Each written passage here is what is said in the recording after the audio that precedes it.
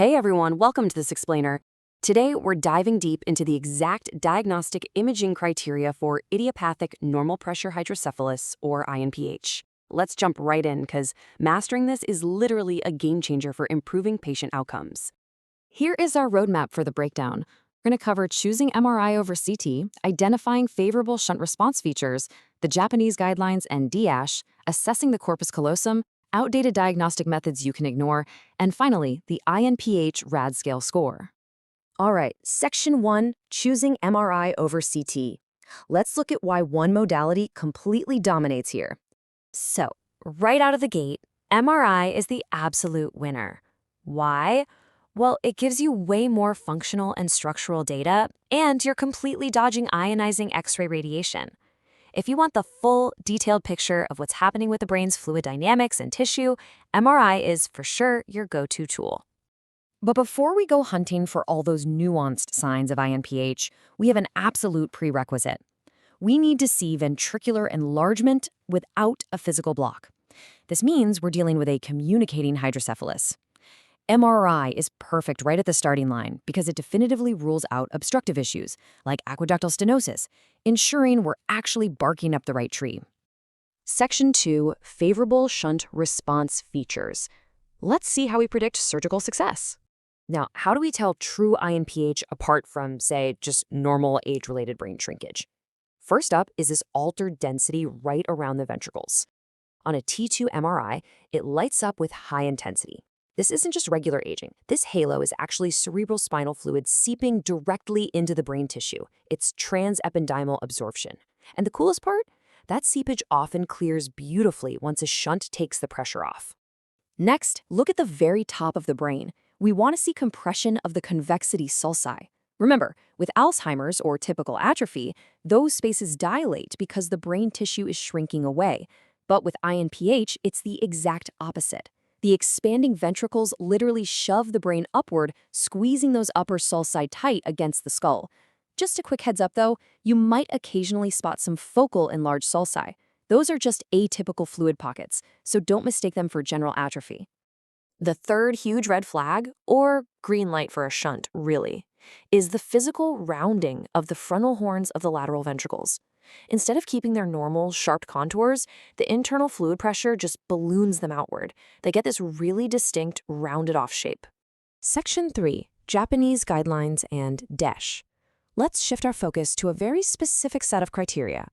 The Japanese guidelines pinpoint this really specific radiological phenomenon called DSH, that stands for disproportionately enlarged subarachnoid space hydrocephalus. It is basically a paradox of space. Down low, in the sylvian fissure and the basal cisterns, the spaces are visibly enlarged. But simultaneously, up top, you get this severe compression, what we call a tight high convexity. Check out this watercolored styled coronal MRI. The contrast is just wild. Look down at the sides. The sylvian fissures are wide open and full of fluid. But follow the brain tissue upward to where those yellow arrowheads are pointing. The sulci over the high convexity are squeezed completely shut. That visual right there, that is your textbook DSH. Section 4, assessing the corpus callosum. Let's look at the architectural distortions. As those ventricles expand, they don't just sit there. They physically warp the corpus callosum. They shove it upward, forcing it to bow out and get super thin. To truly appreciate this structural stretching, you absolutely have to view it on a side profile sagittal MRI slice. We also need to evaluate this from the front. Looking at this beautiful watercolor coronal slice, we can measure the callosal angle right under the falx, exactly perpendicular to the ACPC line. The expanding fluid pushes up, creating a really sharp angle. If you're measuring 90 degrees or less, like the 82 degrees we're seeing here, you are heavily leaning toward an INPH diagnosis. Now, while structural changes are our main focus, function matters too. A specialized sequence called phase contrast MRI can actually track fluid movement. Sometimes you'll see a hyperdynamic, totally forceful flow of CSF jetting right through the aqueduct. It's a fantastic supplementary clue to back up your findings. Section 5, outdated diagnostic methods. It is crucial to know what to leave in the past. You can just completely cross radionuclide cisternography out of your playbook. We just use it to track flow, but researchers definitively found it simply doesn't add any diagnostic accuracy over standard clinical and MRI criteria. It has an unacceptably high false positive rate, so both international and Japanese guidelines say to just abandon it entirely. Section 6, the INPH RAD scale score. Time to put some numbers on all this. Enter the INPH RAD scale. I love this thing. It is a brilliant tool that takes all these subjective visual clues and turns them into a hard, objective score. By assigning points to the features we just discussed, it gives us a summative number that predicts which patients are genuinely likely to respond to a shunt. So, how do we build it? First up, the morphological measurements. We take the Evans index. That's the ratio of the frontal horns to the inner skull diameter. Then, we measure the physical width of the temporal horns on axial views. And, of course, we factor in that sharp callosal angle we just talked about. Next, we finish our checklist by adding points for the sulcal and density features. We grade how tight that high convexity is at the top of the brain, how enlarged the sylvian fissures are, whether we see those focally enlarged sulci, and the severity of that periventricular fluid seepage. Like, is it just capping the horns or surrounding the whole ventricle system? Put it all together and you get this complete breakdown. It tops out at a maximum score of 12, with each feature getting 0 to 1 or 0 to 2 points based on its severity. The big takeaway here? A high total score overwhelmingly supports an INPH diagnosis. It's basically the scan telling you, hey, surgery has a really high chance of working here.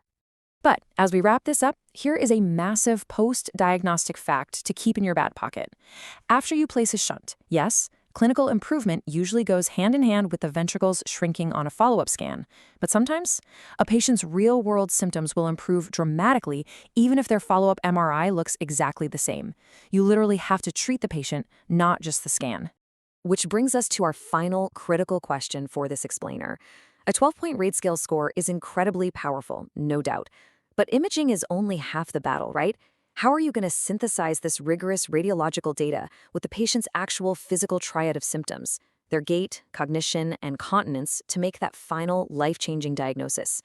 Thanks so much for exploring this with me today. Keep observing, keep asking questions, and I'll see you next time.